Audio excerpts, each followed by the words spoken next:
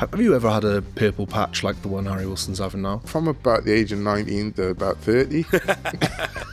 My whole career was a purple patch, yeah. My stomach done about 100 somersaults. I was like, I'll be waiting for him in the tunnel. Yeah.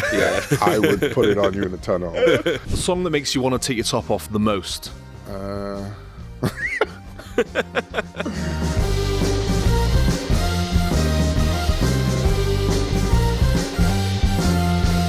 Welcome to the Concourse, the definitive Welsh football show. If you're new here, we talk about Welsh football from the top to the bottom, keeping you in the loop so you don't have to bother. Today, we're joined by a very special guest, former Wales international, former Premier League footballer, media mogul. You've heard his voice a million times, no doubt, on TV and radio. It's Mr. Nathan Blake. Welcome to the podcast. No, thank you very much. Thank you, Ryan. Thank you, Gregory. It's been nice to be here. Good stuff. Just watching that cat in the background. Yeah, he's lurking already. Yeah. He's lurking already. Very cute. He's a good bloke. Yeah. He'll probably jump on the table at some point. Get stuck in. Yeah, he does that. He obviously likes mice. Yeah, he's a big boy. He's a big boy. Yeah. Fat shaming Larry. Poor Larry. Coming up, we've got we're going to look ahead to the playoffs, get Nathan's thoughts on how Welsh football's looking at the moment, and then we'll ask Nathan a bit about his career. And then we've got a little music section, which I know that you'll enjoy. Oh, okay. As long as it's not Taylor Swift Swiftie. Well, really does. Funny you say that. Yeah. Funny you say that. I've got a little gift. for you. There you go, mate. Merry Christmas. Thank you, mate. Yeah, the ultimate pee take. Right. Okay. Do you want to show it to the camera so we can see? Yeah. What's that? A little guide to The Taylor little Swift. guide to Taylor Swift. So what is this? I'm not. You're not privy to it, I'm not privy to the Taylor Swift. So Not a fan? Where were we, G? We were, good question. North Macedonia, Skopje. Yeah, so we were in Skopje, and I usually take music because I'm a music man. So I take my little Beats pill, and everyone says, once we've worked and done the job, go and get your music, Blakes, put it on. So done it, and there's probably about 10 of us, wasn't there? About 12 of us. Yeah. Having a good drink and partying, dancing, what have you, and then I gave him control of the speaker. Oh, Greg. Yeah, and the next thing is Taylor Swift is bumping out of the speaker, and I'm like, Love Story. Really? Massive tune. And then I said to him, like, do you like Taylor Swift? No. I love Taylor Swift. Oh, Greg. I was like, what? For real? I was like, come on. Yeah, no. So, that's sang Love Story, knew every single word. Yeah, and I just looked over at Blake and he was just sat there just shaking his head. Like, For balance. Yeah. Blakey, I despise Taylor Swift. Yeah, so. well, I don't despise her. She's just not in my sort of music collection. And I'm surprised the man with the name after a reggae icon is then into Taylor Swift. But hey, I love more music. So listen, I'll have a read. Maybe maybe it'll there'll be change. something I can shake off there. Good. There we go. Glad we got that out of the way. Yeah, the elephant in the room. Gone. Early doors. Yeah.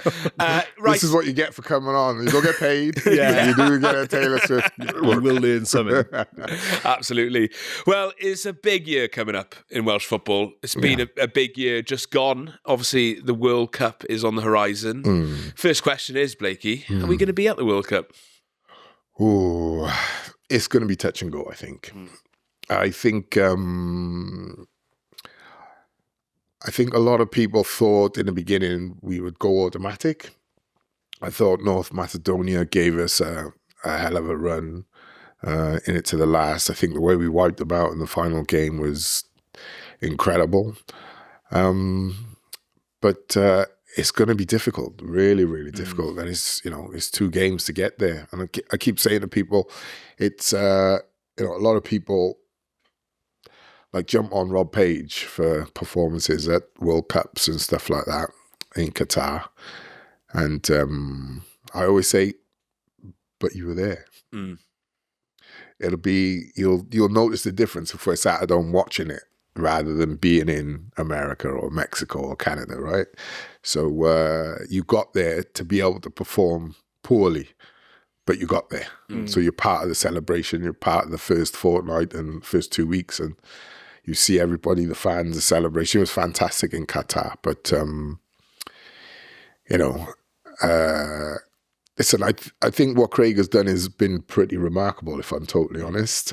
I think he's taken a team and a structure of playing one way, and he's just flipped it in no time at all. Yeah, I mean, that Turkey game started with That's the impressive thing. It was no time at all, but it was probably more conducive to how those players play Premier League. Yeah. So they're able to take on board a lot of information, because probably a lot of that information, they already have the knowledge from their club. So it's, probably going back to sort of what they do on a daily. But still, it was so impressive. And his record is like the best ever. Yeah. It's a weird one, because we were going in from, his record is great so far, and we've been kind of, obviously through the campaign, there's been like ups and downs, obviously like conceding the amount of goals we did in those Belgium fixtures, and then the Liechtenstein away game where we only managed to beat them 1-0. Like, with respect to Liechtenstein, I think we were all expecting a more comfortable performance. And then after then we beat North Macedonia 7-1, it was almost all forgotten. Yeah. So it's sort of like, do you think that, what was your attitude after that Liechtenstein game? And was it transformed after that? Because you're only as good as your last game, isn't it? And we all feel a lot more positive now, but it doesn't remove the fact that we did concede a lot of goals against Belgium, 3 away at England, albeit in a friendly. And Well, I think the Belgium game, first and foremost, was one of the best games I've seen. Yeah. The one out there in Brussels. Yeah, it was amazing. We said we loved it. They were brilliant. We were really poor. And then, if the saying the game of two halves was ever true, it was that game. Because the second half, we were unbelievable. I would guess if you gave Craig that game again, he would probably say, let's shut up shop at 3-3. Yeah. Right? I'm not sure he would, though. He did say that he loved that they got the ball out of the net and wanted that winner. Yeah, but it might be the difference between you qualifying and not that's what I qualifying. think. Yeah, I agree with that. We should have shut up shop. But I think the way Craig is so stubborn with his... I know there's a stubbornness, but there's also what happens is, the idea of life is day by day you grow, right? You understand. You might think today, I would never do that. Something might happen to you tomorrow that changes your opinion. You think, I've learned a little bit. Maybe next time I'll do something differently there. That's supposed to be the sort of idea. Do you think he's learned to be a bit more pragmatic then? Because the thing is, though, we played them at home and still conceded 4 goals.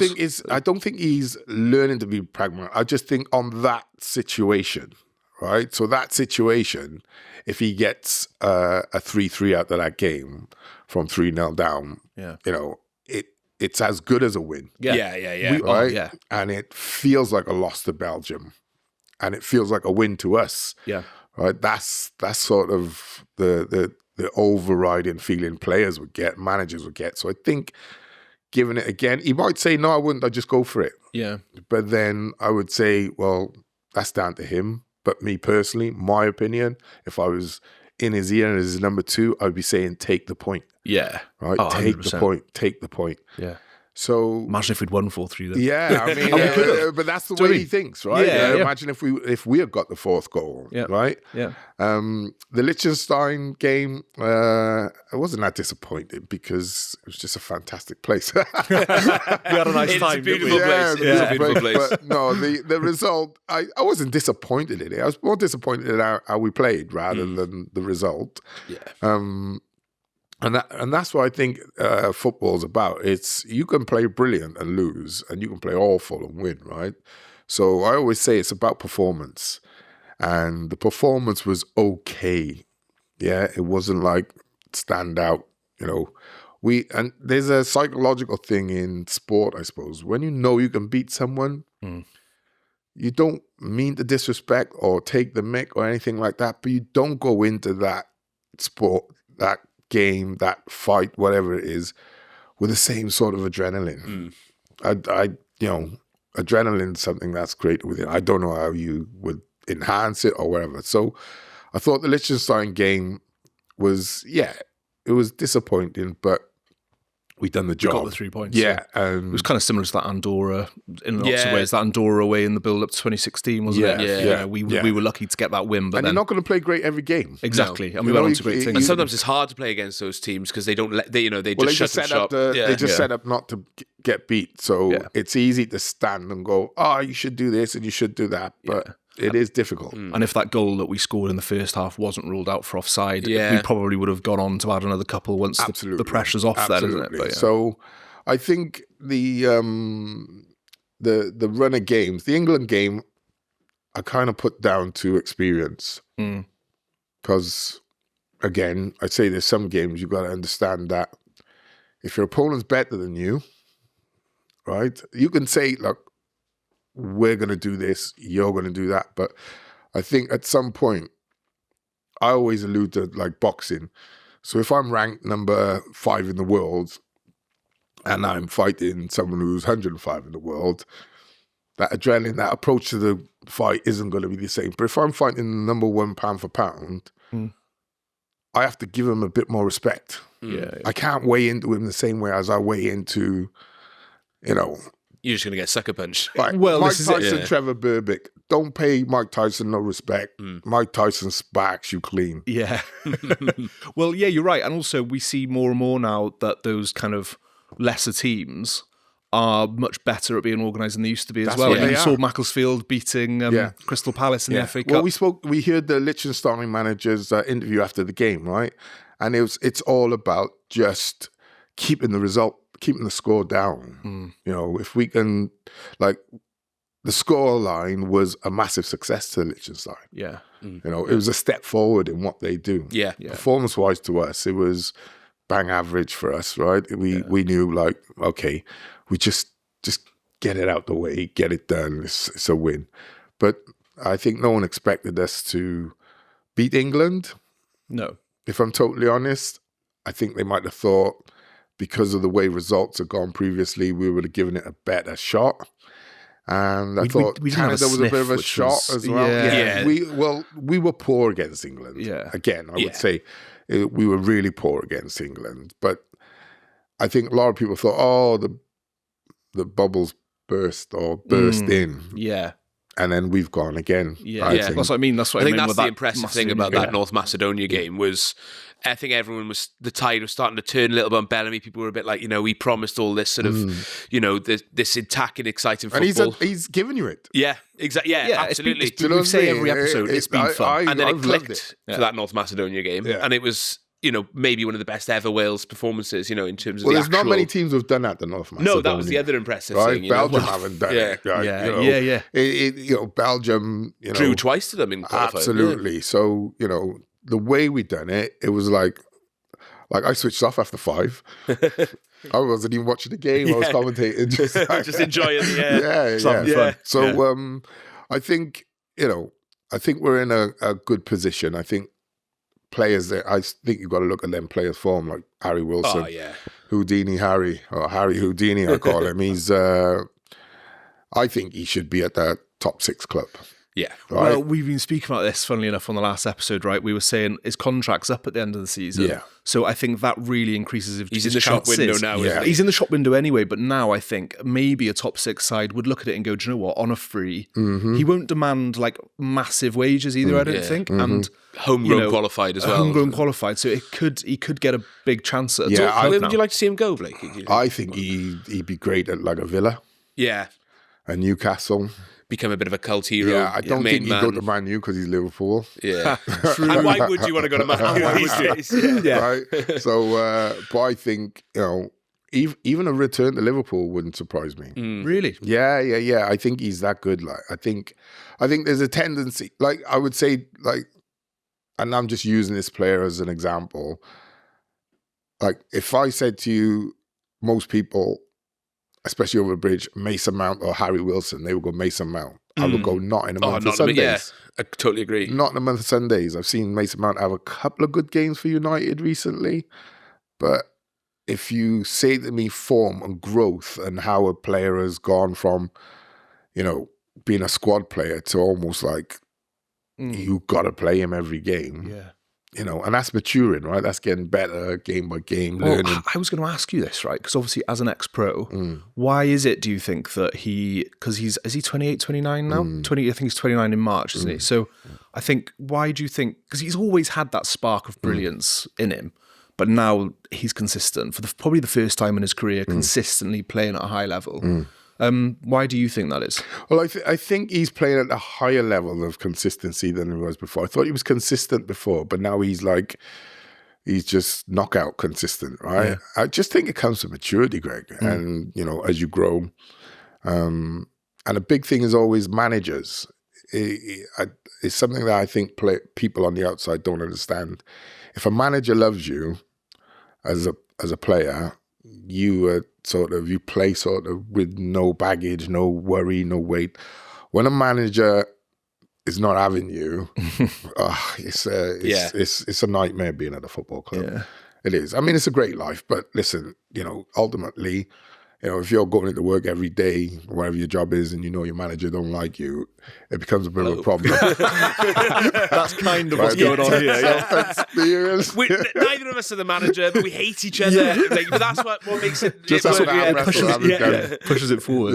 Yeah. So it to me, it's he's just, and it comes with maturity as well. The game does become easier as you get older. Yeah. I know when I'm going to go past you, if I drop my shoulder this way, I know 99 times out of 100, you're going to put your right leg, so I'm just going to be up to nutmeg you, or I'm going to be up to go the other way.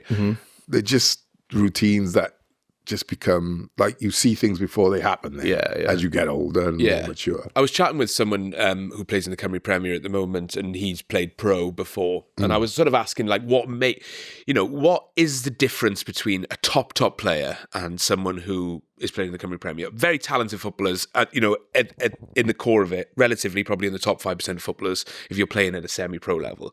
So many people play football, and they were like, they know what they're good at, and they stick to it. So they know, certain players will know that they can ping a diag across the pitch. Other players know that they may not be able to, and it's having that nous to go, I'm not going to be able to play it. Because I'll try stuff in when I play 7-a-side that I know I'm not going to be able to do, but in my head I think, I can do this. If I put it off once. Yeah, exactly. And it's always terrible when I give the ball away. But it's like just having that, and I think that's probably what you get with playing more. Yeah. You learn what your strengths are. You learn, like you said, when you know how to go past the man, if you can make that pass or not. That decision-making, I think gives you that. And anticipation as well, right? So, like, a big thing in football, I think,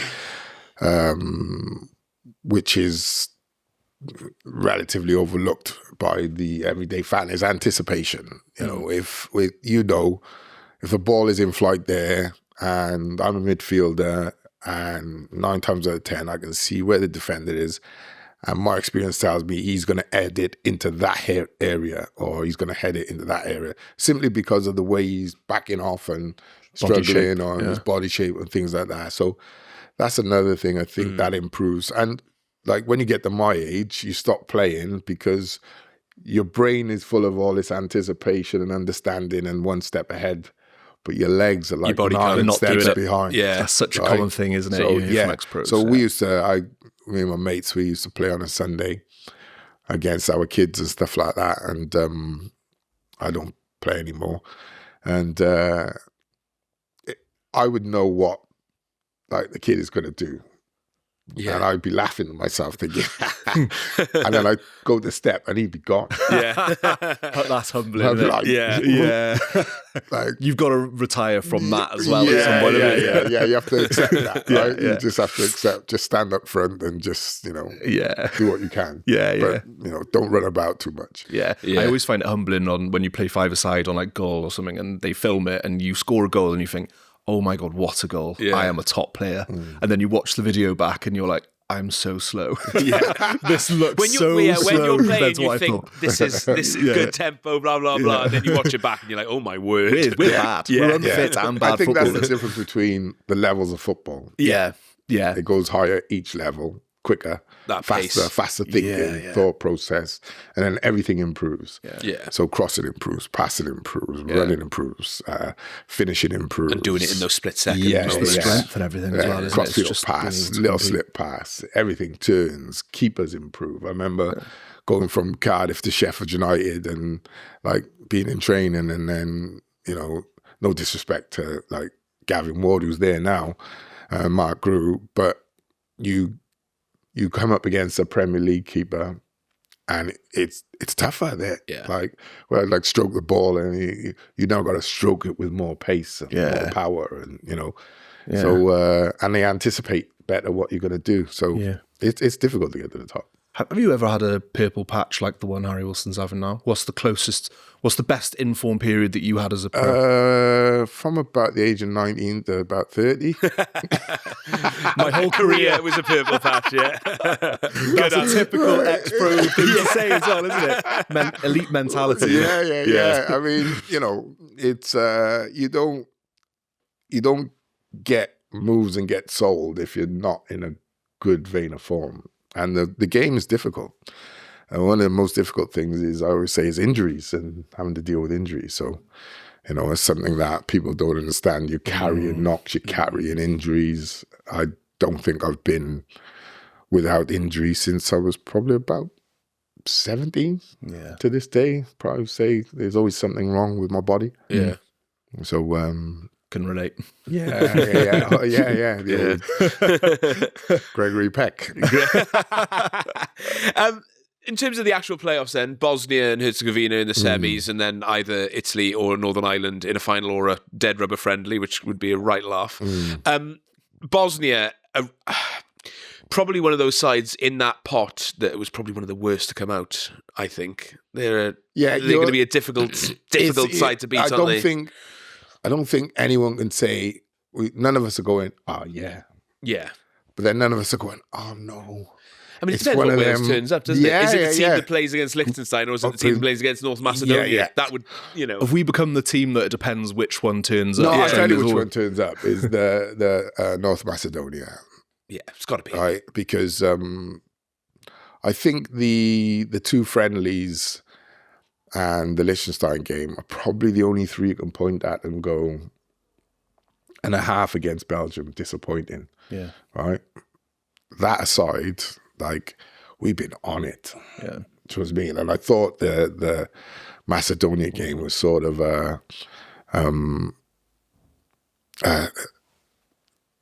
tell everyone to stop doubting us. You know, we can't play up here all the time. Yeah. You are going to have little dips, but your general average is higher than what it was. So I think, you know, the two games, I wouldn't want to face us, put it that way. Yeah, no, I don't think, and being at home as well, you know, it makes such a difference. Wow, we are frightened. Yeah. You know, like you mentioned the Turkey game when Craig first took over.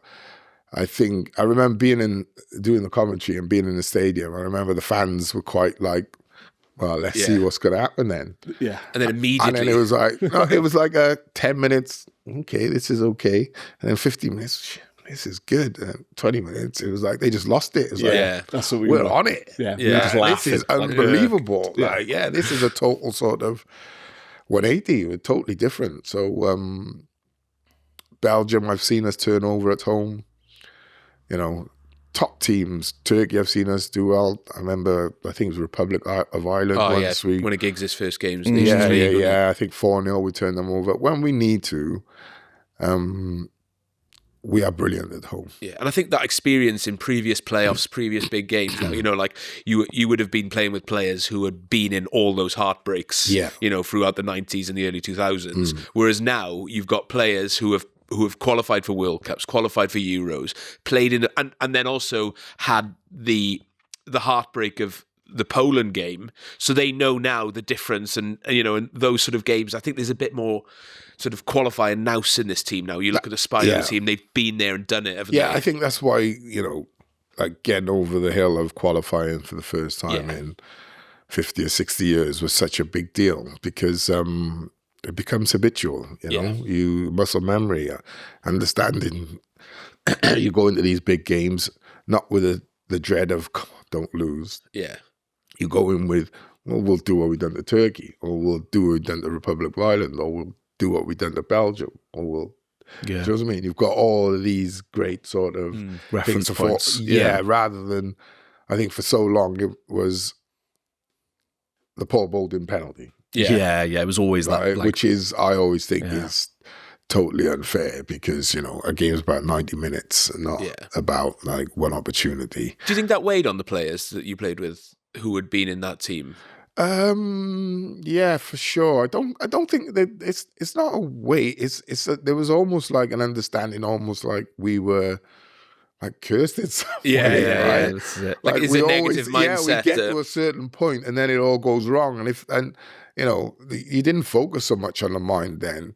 But if you keep telling yourself that, then, you know, it's self-fulfilling, really. Do you know what I mean? And to me, I think that's what used to happen a lot. Because if you look at some of the teams that I played in with some of the players, and you think, how did that not go to the World Cup or European Championships? Like, but yeah, I always say if we were American, then we would call it a curse. They're much more into their curses, aren't they? Yeah, I think they would call it yeah. because when you think of 1958 and the way we qualified, we were the only ones who were willing to play Israel, weren't we? Yeah. So sort of through the back door. So it's kind of Anyway, I kind of wish we were into that though. We could have got like a witch doctor to do like voodoo. You know, they always do. They always bring in these like different sort of, you know, these mad people to go in, like shamans and stuff to like bless gold mouths and stuff. I kind of would be into that. I think we should still do that. Yeah. For the holy water. Yeah. Do you want to kick off some questions for Blake? I think we've got lined up. Yes, so we've Greg asked, gets them going. Yeah, so we've asked our listeners. I thought actually we could ask. I've got a couple of questions. Yes, go for it. So I think I know the answer to this one already. If you were playing now, would you get in the team? And if so, what position? In the Welsh team. Yeah. In the Welsh team. Whose position would you take? Oh, whose position? Harry Wilson? Well, take your pick. I've played right side. I think I've played about 4 different positions for Wales, I think. Something like that. So midfield, centre forward, right back, right wing back, I think I played, left wing back. So I'm sure I'd get in there. I'd squeeze in there somewhere. Yeah. I'm sure. Do you think you'd enjoy playing under Bellamy? Was he the type of manager you enjoyed playing under? Oh, we'd row for fun. Yeah. But I would, you know, I honestly think, Craig's personality as a player and Craig's personality as a manager are two different, right? And it's not. That's where I think he's grown, right? As a person, it's not a facade. I think people, as we know, right, Craig, there are people who are waiting for this explosion. Yeah, and I just don't think it's going to come. No, and the longer it goes, the more it's like people are like, okay, maybe he won't explode. He's not. He's too focused on what he has to do. Yeah. And he understands, I've got 25 men who are relying on me to lead them into this situation. I can't be the Craig of old. Yeah. But that's where I respect him so much of his growth as a person as well. So, but question, I would have gone in. I don't doubt it for a second. In fact, I would have enjoyed playing for him. Yeah. Because he wants... Like, so, you know, the Canada game where he was peed at. Jesse Marsh, yeah, those things get me. Yeah. Do you know what I mean? So, I don't know where that would have riled you up. I don't know if it's a council estate thing or what, like, but it's that chip on your shoulder, siege mentality. Yeah. I was doing the fighting Cardiff game on the weekend, Leyton Orient, and their captain Archibald had like grabbed one of our players' shirts for ages and ages. And then, like, the player turned around, reacted. They went chest to chest, and Archibald went down on his face. My stomach done about 100 somersaults. I was like, I would be waiting for him in the tunnel. Yeah. I would put it on you in the tunnel. And then you'd really be able to hold your face. I need something to hold, like, you know what I mean? Because I don't like that. That's like trying to get a play. When you've done so blatantly wrong as well.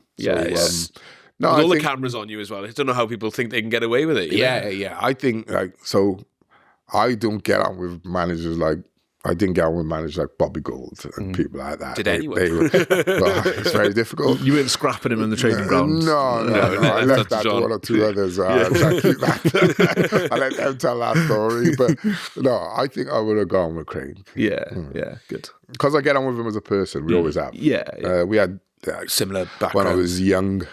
I remember him coming to me asking me, could I speak to my agent about representing. My agent represented him for a while. Bellas and I used to be quite tight for a couple of years. Yeah. Nice. So I've always liked him. I think he's a good guy. Yeah.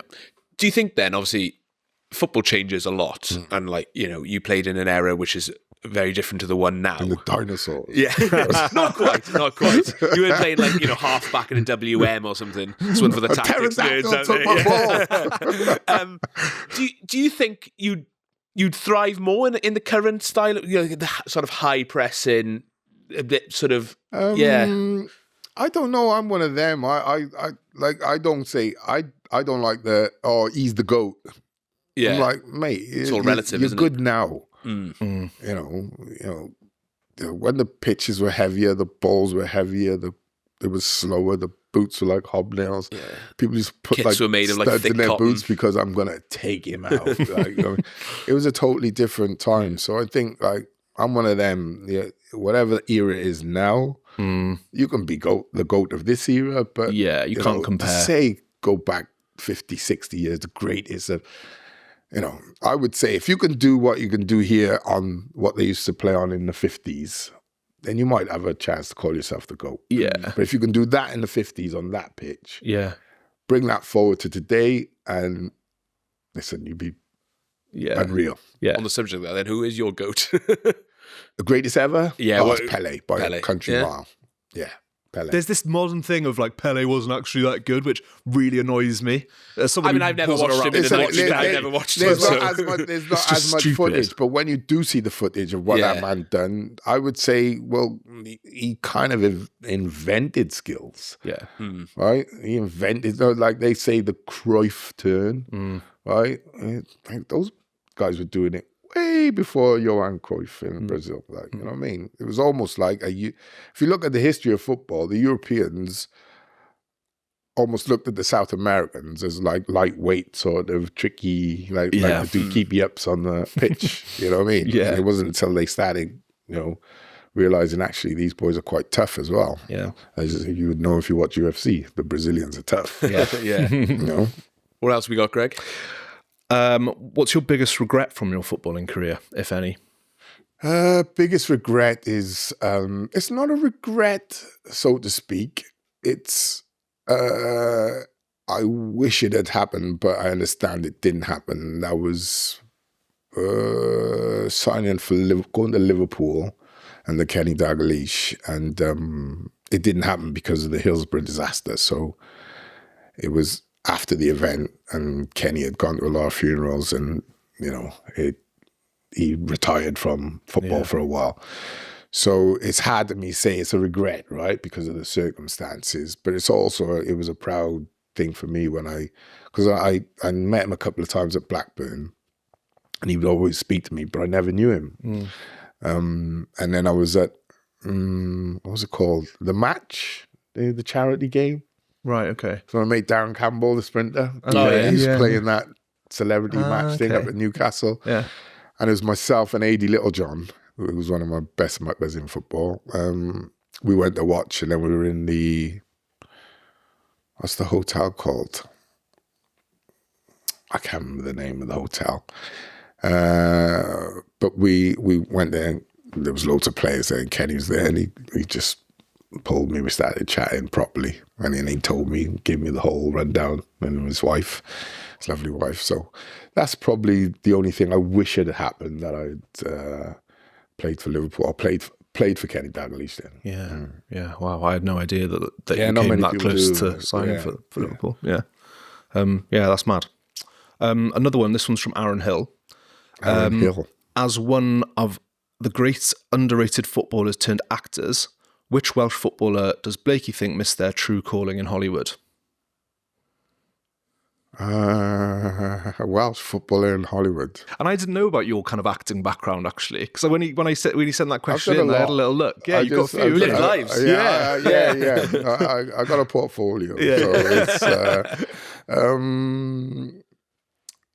acting. I would say Dean Saunders, probably. Oh, yeah? Yeah. I could see him in like a... Comedic. Yeah, in an Adam Sandler film. Yeah, he would be brilliant in an Adam Sandler film. Okay. Because he can entertain a crowd, you know. Yeah. There's never a dull moment with him. And his memory is unreal. Like, you know, whenever I see him, he'll start talking about stuff from back in the day, and like, I'm like... I had no idea that. Yeah, I'm just nodding going, yeah, I remember, yeah. So he's an anecdote machine. Yeah. Robbie Savage as James Bond? Who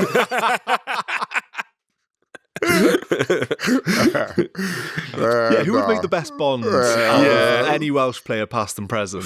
I think Ramsey might have a Bond. Ramsey's He's got the handsome look. enough. Best Bond.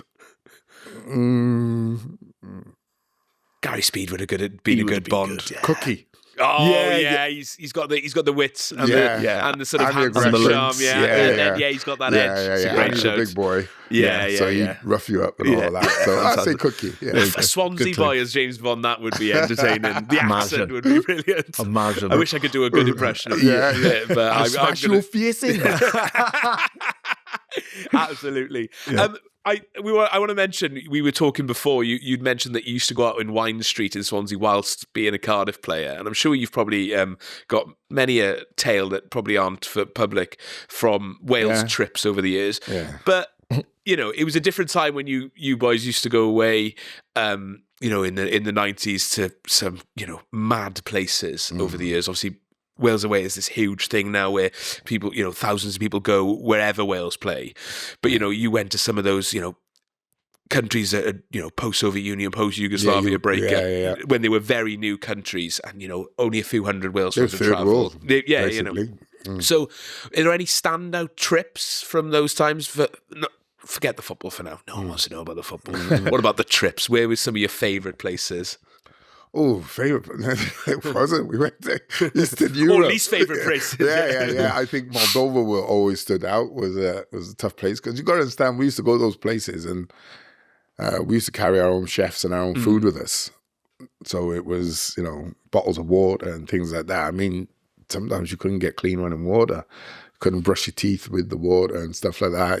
Like, I'm really fussy about, like, cleanliness and stuff like that. And, like, you know, the beds would be made up with stuff that your dad would use in the 70s, right? Yeah. And, you know, it wasn't clean. I remember, I think it might be in Yugoslavia or Moldova or Georgia, turning on the tap and the water running brown for a bit. And I was thinking, just what you want to see before football. And pulling back the sheets and thinking, I ain't sleeping in that. I like put my tracksuit on and just slept my tracksuit socks on the floor. Yeah. You weren't even getting battered when you all went over there. Terrible places to go. They were tough. They were tough in that sense. There was no luxury or anything like that. But I couldn't say there was any one standout. They were all like hard places to go. You didn't look forward to the trip then like you do now. You know, everywhere's quite nice now. Yeah, I know you boys enjoy going, and you're. Well, I went to Kosovo a couple of years ago. For the women's game. No. I went. A friend of mine, he's a human rights lawyer. I'll give him a shout out to you, Bowden. And we went over there. What a fantastic place! We went to Kosovo after North Macedonia for a night. So Absolutely good, fantastic, great food. Bill Clinton statue. Bill Clinton statue. Yeah, they got there's Bill a photo Clinton Way, I think, or something like Tony that. Blair Street as well. There's a photo of Charlie in front of the Bill Clinton statue. One of the boys has taken it and cut off half of Bill Clinton, so it's just Charlie stood outside the statue. Terrible photo. Yeah. Lovely as well. Lovely people. Yeah. Really nice people. And so cheap as well. Like, so affordable. And food and just. Listen. I was even considering thinking. You know, I got offered a job out there, and I was going to go and work out there. So you could play in the Kosovan second division. No, as a player, it was like looking at Pristina and their academy and stuff like that, and it didn't work out in the end. But I definitely planning to go back next year. Yeah, cool. Yeah, Nice. just on a jolly like. Yeah, Nice. Yeah, good. Love it. Got friends over there now. You know, Nice. and Can we come? Next time. yeah. Leave it. I'll give you an Airbnb in a couple of years. Yeah, thanks, mate. Yeah, cheers. So we got a couple more. We'll rattle through them quick. So one from the Podfather, Alan March. What is your favourite terrace chant / song from either your playing career or now? Someone scoring Lord Nathan Blake, Bolton Wanderers. What does it go like? Let's come by Armalord. Oh, right. Yeah, okay. Someone scoring Lord Nathan Blake. Lord Nathan Blake. How good is it when fans are singing your name? It's fantastic. And, it must be such a good feeling. The Cardiff one, it's sung out of love, right, with the fans. But the reason behind it was like just police trying to ruin my career, basically. So there's a love-hate thing there, do you know what I mean? So, but my favourite is Bolton Wanderers. I love that club. I guess, what was the story with the Cardiff one? I won't go into it, but I got arrested for something that I'd never done. Fans made a chant of it, but it was just, like I said, police trying to... You've got to understand the depth of, we'd have to go into another podcast. But being a young black person, and it's been proven institutional racism, right, in the police force. So it's nothing new. But that wouldn't have been long after the Cardiff 5 stuff as well. Yeah, you look at that. You know, they're friends of my family, and it was. I've always said, how can you put people somewhere where they're not been? Yeah. Which definitely happened with the Cardiff 5, like, didn't it? So it's like it'd be like us being proven making a script, right, for a film. Mm-hmm. It's literally the same thing. We have to make a script. We have to make it happen. So it's like I don't say too much about it because I probably get pulled over and beat up by a couple of coppers. I'd like to think that those coppers from then would have retired by now. You would hope, but maybe not. I get why you'd be wary of speaking about it. I know. Shit don't change. 100%. That's what I would say. Was that when you knew you'd won over a fan base then? When at Bolton, for example, you joined this new club, you got to prove yourself to a fan base, and then the first time you hear them singing your name, you're like, we're in now. It was more at Cardiff. So I came from Chelsea to Cardiff, and there was a lot of excitement because I managed to get in the first team as a left back. Never played defence in my life until I came to Cardiff. I managed to get in the first team because he was then my uncle through marriage. Ray Daniel was the current left back, and he had like a flu or something, and it was a derby match against Bristol Rovers. I remember Len Ashurst and Bobby Smith calling me in and saying, it wasn't just me, it was me, Damon Searle and Stephen Hookins. We were all apprentices, and he said, if Ray Daniel isn't fit tomorrow, one of you will take his place. And I'm thinking, I'm the left wing stroke centre forward. I'm playing in the youth team at centre back only because I left Chelsea, come to Cardiff, and the youth team was already set up. I think Chris Summers was the goal scoring machine. And they said to me, could you play centre back? I was like, yeah, mate. You're going playing against Tottenham and Arsenal, and you're playing like into Cardiff and stuff like that. It was just like, it was a jolly. And then, we went in on I think it was the Friday because we travelled the Saturday morning, and they said, we've chosen you, Nath. I was like, I was thinking to myself, reading a book on how to play left back. Reading a book, I just thought, I didn't know what to do. I literally. But I was only chosen, it wasn't to play, it was just to go as cover. Yeah, okay. So I met Ray Daniel at the Cauldre on the morning of the game, and he said to me, I'm fine. And I was like, I'm just here to get the fish and chips then. Yeah. And then we got there, I helped Harry Parsons, God rest him, put out all the kit and everything, get the boots out the skip and do all your little chores and what have you. And then I was in the corridor against the radiator, catching a bit of warmth because it was freezing, and The manager walked past and went, this must have been about 20 past 2. Get stripped, you're playing. Oh, God. Dear Lord. Yeah. Ever been thrown in the deep end somewhere? Yeah. Where was it? Sorry? Bristol Rovers. Bristol Rovers, you did say, even Turton Park. Oh, I bet that was a nasty old day. Yeah. And so it was a derby, and I'll be honest, I didn't even know how to warm up. If you see me on that, I was just watching people and just doing what other people do. Didn't know how to warm. But then your name grows and you grow as a player, and then they start singing your song, and it then I think once the team has got a chant, a song for you, because there's other players I played with who never have on all their careers. No. Sometimes it's just because you've got an unfortunate name. Yeah. We've spoken like Ben Davis, for example, should have a song, but like his name just doesn't fit easily into it. They find it though. If you look at like the latest, I suppose, good one was Ruben Amorim, right? Like where did they get him from? Yeah. Mo Salah's is unbelievable. Yeah. Some of them are just Do you know what I mean? so good. Yeah, and they just fit perfectly, don't they? The way the fans come up with them, I think it's fantastic. It's an art form in itself, really. Yeah. I don't think I had one at Blackburn, Bolton, Cardiff, Sheffield. I don't know. I don't remember really, but I enjoyed my time there. Yeah, good. So last one then from our listeners. This one's from Boosh.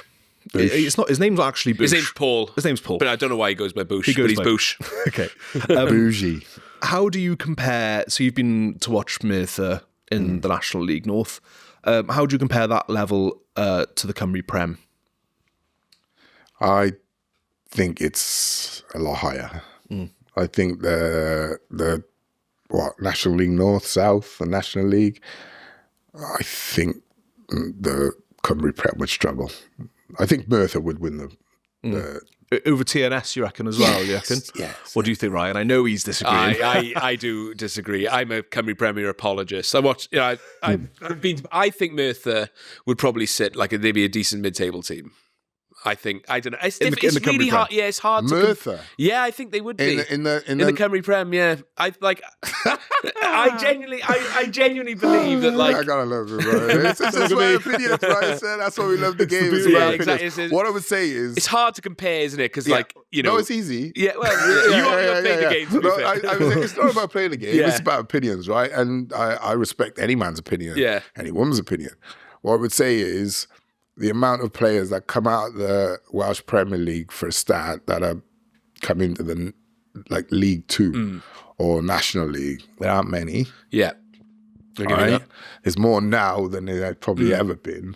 But how many of those players then get into League 2 and are successful? Yeah. Right? I would say the one I could say is Will Evans. Yeah, Lee Jenkins having a decent season at Newport at the moment. And Jenkins is centre back. But it takes a particular kind of player, doesn't it? At the bottom of the league, mind. Yeah, of course, yeah. Right? And even though Jenkins has done well, what I would say is I watch him and I can see he lacks, he doesn't have, for his size and stature, and I don't expect this from him because he's from the lower league, he doesn't have leadership quality. He doesn't know how to organise other players around him. Yeah. He's a big brute of a guy. Do you think that's a respect thing? Because he's come from a semi-pro I think it's game. a lack of experience thing. Right, yeah. And I think the longer he stays in League 2, that'll develop. That'll come, It'll be expected of him. But it's not expected of him now. I wouldn't expect of him coming from the Welsh Premier League, right? Because he's it's almost too much to be the leader and play your own game. Yeah. In a level where you've never played before. It's and then difficult. athletically. Right. Stepping up. Yeah. Stepping up. I can say I've stepped up from League 2 to League 1 to Premier League. It's difficult. And then Premier League to international. It's really, really difficult. So I think Jenks with another, say, year, maybe 2 under his belt, I would then expect to see him dominating, telling people, getting there. But right now, he's just focused on not making mistakes, getting through my game, playing well, which he is playing really well. He is a really Goes good back to what player. we were saying earlier about that decision making and just becoming natural and having that comfortability on the pitch. But I don't think there's a whole heap of players that can step up to National League and League 2. There's levels in the game, and they are what they are. It's no disrespect to anybody, of course, right? If you play in League 2, all your life, I don't say that's a diss or disrespecting. I'd say fantastic for you. Some players play in League One all their life. Some players play in the Premier League all their life. Some players float about between different leagues. I just think it's difficult for players to step up, right? Because I think, like I would say, would you say then TNS would win like the Isthmian leagues all the way through National League North or South, National League, and step in the League Two? I think TNS is such a difficult team to level because they've got the extra resources and the sort of the professional compared to everyone else. People. Well, the problem is then they're going into a level where they're matched. Exactly, and all of a sudden they're not the big boys anymore. No. I think they'd probably be a decent National League side. Okay. I think that sort of top... He doesn't believe you. Mid-table playoff chasing National League side. But you can only give me that... You can only give me TNS, can you? Yeah, I think there's a few that might push staying up in the National League, but... Yeah, I don't watch enough National League to know. I'm only really comparing what I've seen of Merthyr to what I've seen of the Cymru Prem. And like I've followed him work with Pen and Bond. Like young Lewis Twamley would twist. Well, he went to Yeovil and couldn't do it. Yeah, but again, Came to the Cymru Prem and couldn't do it with Ponty. That comes down to manager. Well, that's the other thing is like Merthyr at the moment, they're riding across the way. They've clearly got a great manager. Yeah. It's a great group. Yeah. So sometimes players can't play above their level. Yeah. So if a manager, like I said earlier, if a manager loves you, you're going to play for him. You just explode. If the manager comes and starts messing about, because I could tell you some stories of managers with some players. I've seen them. I've seen some managers do some bad things to players. But I think like the fact that he's gone higher, and he'll go again because he's. Ricardo Rees would be interested now that he's gone to Forest Green. And he scored twice in his debut, didn't he? So. Yeah. Did you not fancy going into a semi-pro game at the end of your career, or were you done by then? I had a little spell at Newport, done a friend a favour for a few weeks, but no, not for me. Yeah. Not for me. I think it's frustrating. I can imagine after being in the professional game and then... Yeah, it's frustrating that it takes a while to get your head around that. You have to accept that people don't see what other things that you would see or other players you played would see. So, it's... I think a lot of top X players find that when they coach as well. Yeah. And I mean, that's part of the problem, right? Yeah. Top player and you go to coaching at a lower level, it's the frustration of having to bring your thought process and your standard down, essentially. Standard of play, not of professionalism, but play down. Yeah. So you'll be aware, you've played for Wales, you've covered Wales enough to know that Welsh fans love getting their top off. It's like a phenomenon. Even if the game isn't that good, and we might have pulled one back to 2-1 and people are going tops off, there's just a passion for it. 3-0 down Wembley away end. Massive tops off scene in there. So we've got a feature. We're basically building a little playlist called Now That's Why I Call Tops Off, and we're adding songs to it all the time. So we ask our guests to add the song that makes them want to take their top off the most. I can imagine you were a tops off guy when you were younger. Yeah, do you have a tops off after scoring a goal, maybe? Once or twice. Yeah. Once or twice. Respect. It wasn't a thing really. And then, yeah. I think I'd done it at Liverpool when I scored at Anfield for Blackburn. Nice. So I had a all sport arms cut off vesting on. Yeah. Okay. So it was a bit like... Wasn't full tops wasn't off. Full, Ramsey, there's a bit like... For being purist about it. It's not a full tops off. It's more vest than tops off. Oh, he's found it. Look at that. Let's have a look. Unbelievable. Oh, how quick have you found that? Hang on. Look at the guns on the boy.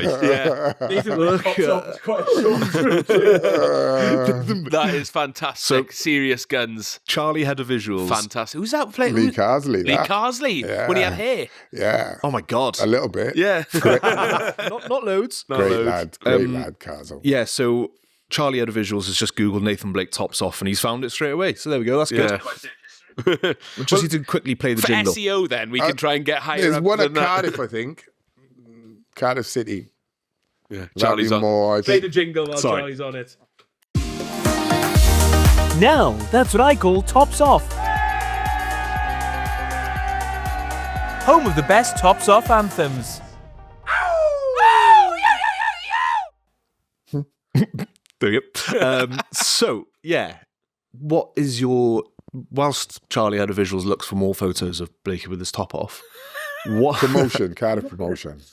Yeah, there's a famous one, pitch invasion, isn't there? Yeah, I've seen it. Come up straight away. Yeah. Yeah. Look at the petrol. Yeah. Yeah. Look at that. Now that's a tops off moment, isn't it? 93 promotion, the Eddie Yeah, May season. yeah, Eddie Mays. Fantastic. Yeah, that's one of my favourite. The double. That's one a of my photo. favourite moments in football. That is. I think probably the greatest trophy double of all time, isn't it? I mean, we got stripped. Division 3 and Welsh Cup Like, double. like people like Fantastic. outside of Wales, like smart at the Welsh Cup, but I'm like, I won it twice. I'm like, Oh, I'm you got to well be proud of removed it. to the Like, Welsh I Cup. love it. Played at Cardiff Arms Park, and yeah, I think we beat Merthyr Town with English, which I never quite understood. Yeah. Yeah, I loved it. Yeah. Class. So what is your tops off anthem then, Blakey?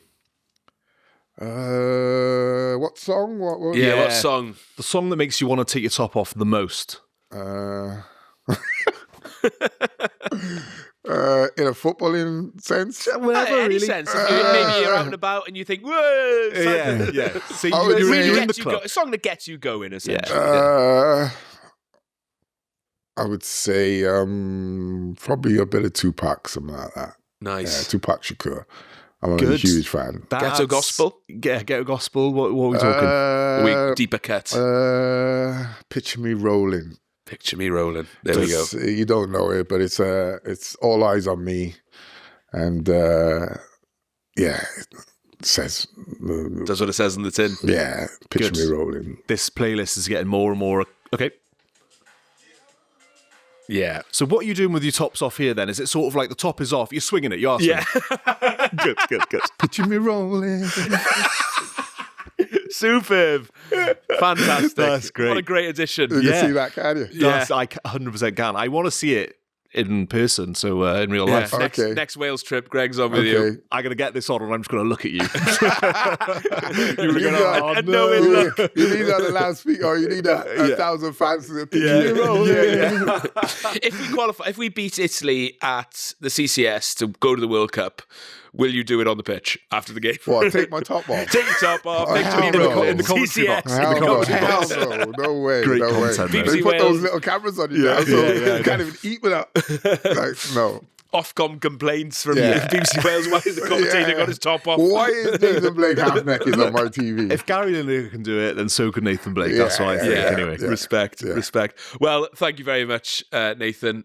Greg, what have we got to round up? Any final thoughts from you over there with the running order? No, I'm all good. Yeah, thank you very much for coming on, Blake. You really My appreciate pleasure. it. It's My been- pleasure. It's We've been got good, a Drake. It's little been great, bonus guys. section for everyone in our Alternative Wales Social Club. So tune in or sign up on patreon.com/Alternative Wales.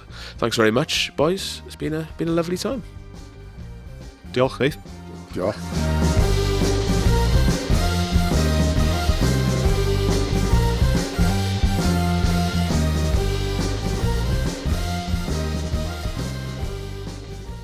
Are we ready? Kick us off, Greg. Cool. So we're going to play a little game with you, Okay, Blakey. mate. We're going to be Let's do it. testing your knowledge up against a man who's got quite good knowledge. Yeah, I've got some knowledge, but it's a different kind of knowledge. Yeah. On the Hello, ground, Chris. real life experience. Yeah. You know?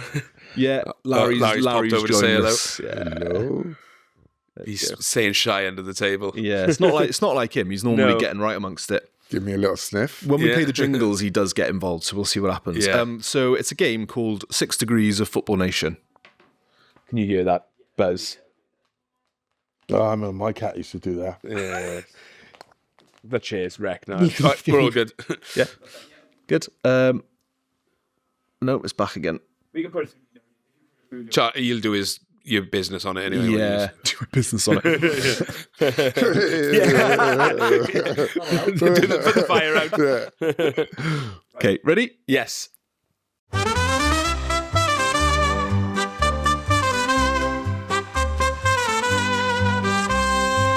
6 degrees of football nation, linked by teams and reputation. If there's someone they both know, they could get them on the phone. Beautiful. Lovely. Okay. Yeah. So Yeah, that's the jingle. That's the I jingle. hope you're going to ask me who sang that. Nah. Max Boyce and his mariachi band, I Yeah. think, is what you. That's what we're going for. That's the vibe. Yeah. So 6 Degrees of Football Nation. Mm-hmm. You've got to basically get from one player to another in the least amount of steps as possible. Okay. And it has to be plausible that those two have met and know each other to a point where they might have swapped numbers. You could get hold of this person to get hold of that person. Okay. So, for example, what did we do? We did you, Nathan, to... I want to Luis say... Figo or someone? No, I think it might have been Pavel Nedved. Yeah. And I think I went through... You worked under Dave Jones. Dave Jones coached Aaron Ramsey. Aaron Ramsey worked with, I can't remember, someone at Juventus and Pavel Nedved. So that's sort of, yeah. Okay. Yeah. So are we ready? Mm-hmm. So we haven't got any pen and paper, but you've got to be honest about your journey to them, right? So the first one is Ian Rush to Youssef Saleh. Ian Rush, and I've got to pave. You've both got to do it. You've both got to find your way from Ian Rush to Youssef Saleh. I think I've got it. In the fewest amount of steps as you can. I know Ian Rush, and I know Saleh. Yeah, so this is where the game's going to be flawed. I don't have down there, doesn't it? That's fine. Absolutely. I was going to go. Ian Rush played with Gary Speed. Yeah. Gary Speed played with Craig Bellamy. And Craig Bellamy isn't Youssef Saleh's manager. That's what I had in my head. No, he's really not. And Craig Bellamy works at the Vale and probably bumps into Youssef Saleh all the time. Well, Bellamy knows kind of loads of Cardiff players. So I think there's your extra step. Shall we say, because remember, we've got like a Gareth Did I Bale. win that? I think we might have done. Yeah. We have got a Gareth Bale tax, right? So if you use Gareth Bale, it's an extra. You have to count an extra step. Okay. Should we introduce that? Just The to Nathan, kind of the Nathan Blake tax. Okay. So you can just say, I know him. And then Okay. it's like one. So, all right, you win that one, though, because we Okay. didn't know about the tax then. No, spot on. I can't argue with it. This is funny. you know, it's where we are in life in this chain, yeah. you know. Mic drop moment. Second one, Nico Williams to Henrik Larsson. Nico. In your head, please. I've got it. Okay, right there. Okay, Ryan's got it. 2 steps. Okay. I think it could even be 1 step. I might need a fact check. Did Craig Bellamy play with Henrik Larsson at Celtic? If not, it's Bellamy, Hartson, Larsson. Bellamy, Hearts and Larsson. Yeah. If not, just Bellamy, Larsson. What have you got? Hearts and Larson. How do they know each other? Oh, wait, Does sorry. Nico know John Yeah, Hartson? yeah, sorry, yeah. Probably. Oh, Nico. Nico Okay. to... Have I got a... So, Nico, Hearts and Larson. Yeah. Yeah, so John works on football. I think he knows. They probably would have interviewed him on Scorio and stuff, wouldn't he? So we'll go Good point. Nico, Hearts and Larson. So that's 2 steps. And Ryan may have had 1. If Bellamy may didn't have play had with also Larsson. 2. No, because your heart somebody didn't play with Bellamy. I know. Yeah. I seen it the other day on 360. Bellamy was on. Bellamy went on, didn't he? And I didn't know when it was before or after Larsson left. So there we go. Yeah. We go again. There we are. So Blakey's won 2-0. Yeah. We'll do a third just for the Humbled. sport. Okay. I Yeah. thought you said he was good at this. No, I thought he was as well. I Yeah. mean, to be fair, you know, You've got he's the up inside against- track yeah. there. You know, I don't know Youssef Saleh or Ian Rush. I've met them both, but you know, I'm not claiming it. This one's a good one. Okay. Kiefer Moore to Franz Beckenbauer. Oh Jesus! Oh, Kiefer Moore, the Franz Beckenbauer. I would say Kiefer Moore. In your head, the please. Franz This is tough. Beckenbauer. I'm trying to think. Beckenbauer. Kiefer Moore, the Franz Beckenbauer. Right, I think I've got 3. It's a good step. This is. I'm doing it for the fun of this. Yeah, I'm going for three players in between. How many have you got, Blakey?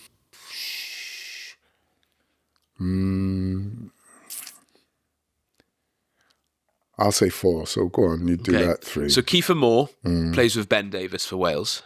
Ben Davies played at Spurs with Heung-min Son.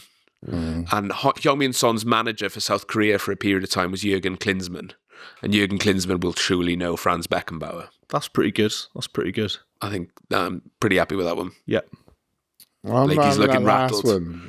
That's a bit. Klinsmann like, to Beckenbauer. Klinsmann must know Beckenbauer, surely. but that's a must. I could Did say must Beckenbauer know. manage Germany? I would go Kiefer Moore to Beckenbauer. Let's see. Kiefer Moore knows Mark Hughes. Mark Hughes played at Barcelona and will know Franz Beckenbauer. So, What, say that again. Just Mark Hughes in between. Mark Hughes. yeah, so it's one. So Kiefer Moore, Mark Hughes. Franz Beckenbauer. Does Kiefer? Where does Kiefer and Mark? Oh, we all know each other. Well, this is the flaw to the game, isn't it? They all know each we other, all know footballers. other. Kiefer Moore knows Mark Hughes personally. Yeah, he would do. Yeah. Yeah, Kiefer Moore's played for enough clubs, probably, isn't he? Yeah. Okay. I'm surprised they haven't crossed over when he was at Stoke or something, Mark Hughes. So it's a comprehensive 3-0 win. Yeah, I'll take. Look, Humbling. I'm going to take it on the chin. I think I'm like I'm struggling really. I just chucked them in there hoping that you'd accept it. We're not going to contest Yeah. Did Beckenbauer play for knows Barcelona? him. I actually don't know. No, he coached them. Oh, He coached them. There we are. There we are. Yeah. Okay. Yeah, I'm not having Kiefer. And yeah, he did play for him as well. If I'm being honest, I'm not having Kiefer Moore, Mark Hughes. I mean, they might know each other, but numbers, have they got each other's numbers? I find that hard to believe. Why would they? Even if you got Sparky's number, he never ansers. So there we go. So that's your. There's a yes, little- fallen there's a So you're down. little- never actually there's going to a get hold little- of the next there's a little person. insight for you, so you know. Klinsmann managed Barcelona. He didn't. No, he managed Bayern Munich. Klinsmann. Marseille. There we are. Okay. I think I'll take 2-1 then. 2-1. That's yeah. a bit more respectable. Yeah, Sees respectable. the competitive edge here. Yeah. He's annoyed with that. I could say wanted that Kiefer Moore, clean sheet. Mark Hughes, Hamburg, and But Mark Hughes played for Bayern Munich, to be fair, didn't he? Hamburg, Yeah, he Bayern did. Munich, and you know. Yeah, Mark Hughes played for Bayern so Munich. I would put Mark Hughes is the Yeah, conduit he's between the two. catalyst of it all. Yeah. Thank you very much, boys. It's been a pleasure. Thank you for listening, and we'll be back next week. Thanks all.